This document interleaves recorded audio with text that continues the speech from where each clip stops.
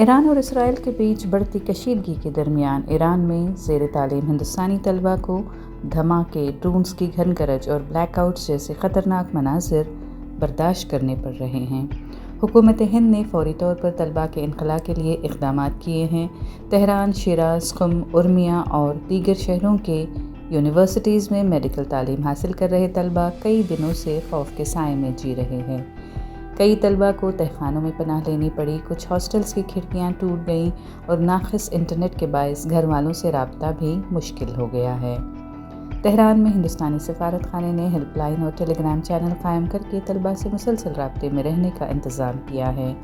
वज़ारत ख़ारिजा ने यूनिवर्सिटीज़ और मकामी हुक्काम के साथ मिलकर इनखला की कार्रवाई शुरू कर दी है।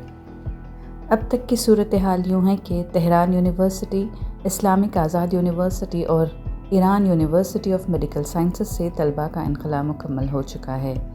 शाहिद बहिश्ती यूनिवर्सिटी के तलबा को महफूज मकामात पर मुंतकिल कर दिया गया है। उर्मिया यूनिवर्सिटी से इनखला काफ़ी हद तक मुकम्मल हो चुका है। शिराज और अस्फ़हान यूनिवर्सिटीज़ के तलबा का इनखला आइंदा दिनों में मुतवक्को है।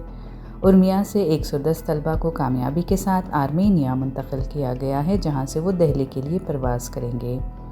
हुकूमत हिंद की ये बरवक्त कार्रवाई दुनिया भर में मौजूद हिंदुस्तानी शहरियों के तहफ़्फ़ुज़ के लिए उसकी संजीदगी का भी सबूत है। ಮಾತಾಡಿದೆ ಅಲ್ಲಿ ಈಗ ತಾನೇ ಬೆಳಿಗ್ಗೆ ಮಾತಾಡಿದೆ. ಅವ್ರು ಯಾರು ನಮ್ಮ ವಕ್ತಾರರಿದ್ದಾರಲ್ಲ, ಯಾರು ವಕ್ತಾರ ಹೆಸರೇನು?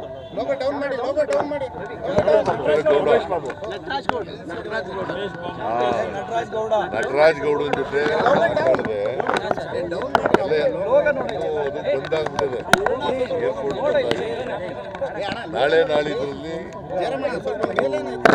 ಬಂದು ತೆಗೆದಾಕಿದ ತಕ್ಷಣನೇ ಅವ್ರು ಸುರಕ್ಷಿತವಾಗಿದ್ದಾರೆ ಎಲ್ಲ, ಮತ್ತು ಎಲ್ಲರೂ ಚೆನ್ನಾಗಿ ನೋಡ್ಕೊತಾ ಇದ್ದಾರೆ.